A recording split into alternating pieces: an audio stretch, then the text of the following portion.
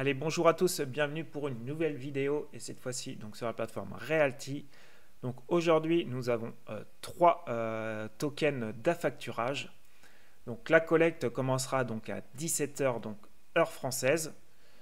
Nous avons trois types d'affacturage avec un peu plus d'explications cette fois-ci. Donc là, on voit que celui-ci il va servir donc pour la logistique, celui-ci donc pour les constructions du gouvernement, et celui-ci pour l'électronique et la télécommunication. Donc ça c'est cool, on va en savoir donc un peu plus sur quoi vont servir donc la trésorerie qu'on avance. Sinon, vous avez toujours la très belle propriété donc à Dallas au Texas, voilà, avec plus de 5000 tokens, voilà, avec un bon rendement de 8,38. Toujours le token d'affacturage de la semaine dernière, avec plus de 5000 encore tokens. Le très beau appartement donc à Medellín, donc en Colombie, voilà, le Prestige avec plus de 10 000 tokens là. Et ces deux appartements là au Panama, voilà, celui-là 12 000 et là on est à plus de 1800. Et sinon le bel immeuble aussi qu'on avait qui a quand même un beau rendement. Donc à Détroit, il reste quand même encore 5935 tokens. Donc on va commencer par le token de type C, hein, on va aller voir celui-ci sur l'électronique. Donc c'est la série 6 donc de type C qui est toujours éthiquement structurée pour ceux que ça intéresse. Donc la collecte est de 330 000 et pour un joli bénéfice qu'on espère obtenir de 42 900 et pour un très beau rendement qu'on n'a jamais vu voilà, sur Realty de 13%.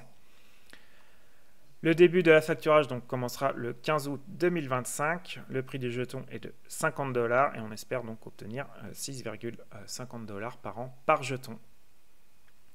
Je voulais vous faire part de ce petit texte en bas qui me paraît donc intéressant de vous lire, voilà, qui nous explique un peu plus l'affacturage. Donc l'affacturage est une transaction donc financière ou entreprise donc qui échange ses comptes débiteurs, factures impayées contre de l'argent immédiat.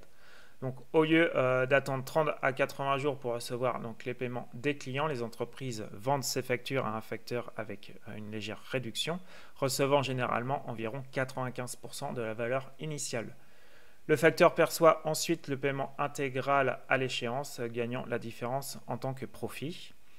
Ce processus aide les entreprises à optimiser la gestion des flux de trésorerie en raccourcissant les cycles de trésorerie, en leur permettant de financer leur opération, de poursuivre des opportunités de croissance ou de respecter leurs obligations immédiates. Et voilà, il y a sinon cette petite phrase que je trouvais intéressante. Donc, ce type de token donc, permet une diversification au-delà des actifs traditionnels tels que les actions, les obligations et l'immobilier.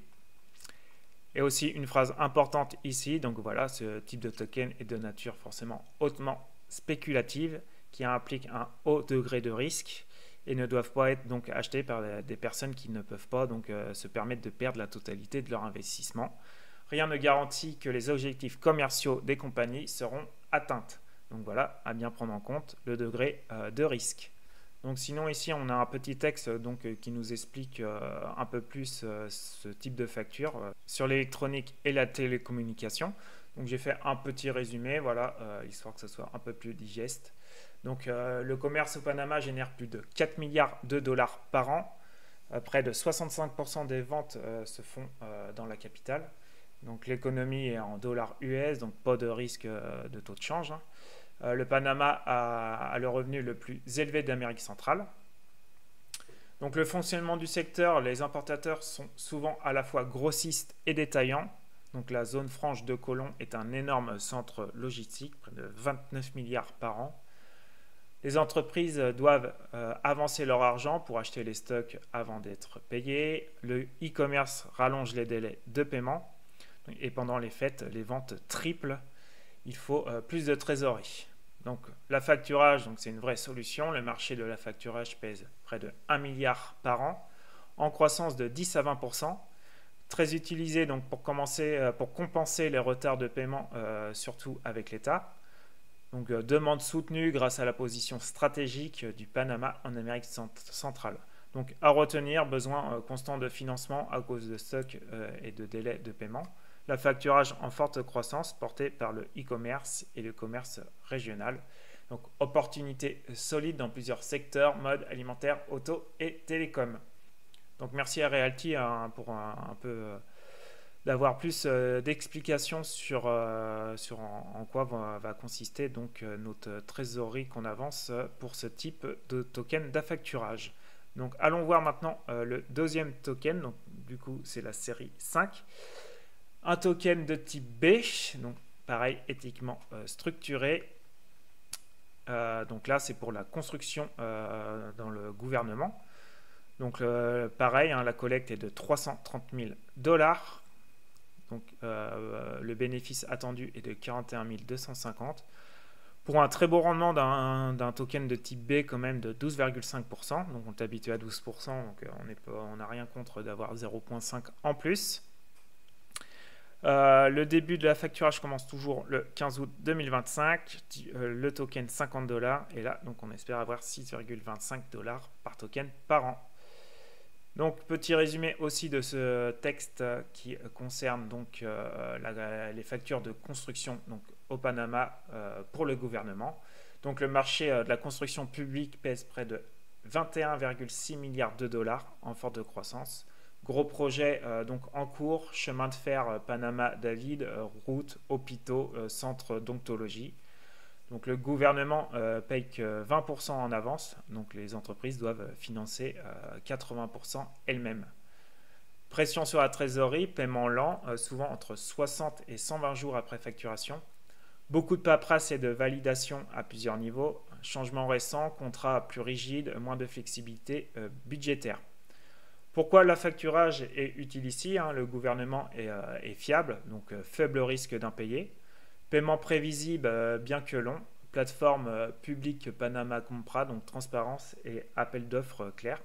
Donc à retenir, très fort besoin de financement pour les entrepreneurs publics.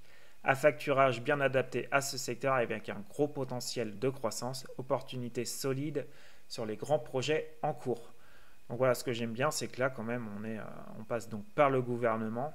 Donc voilà, très peu de risque d'impayé.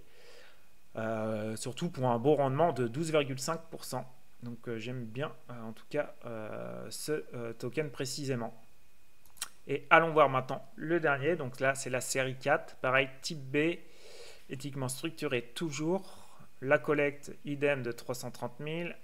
Donc le bénéfice attendu est de 39 600. Donc un beau rendement aussi de 12%. Le prix du token 50 $ et on espère donc avoir 6 $ par token par an.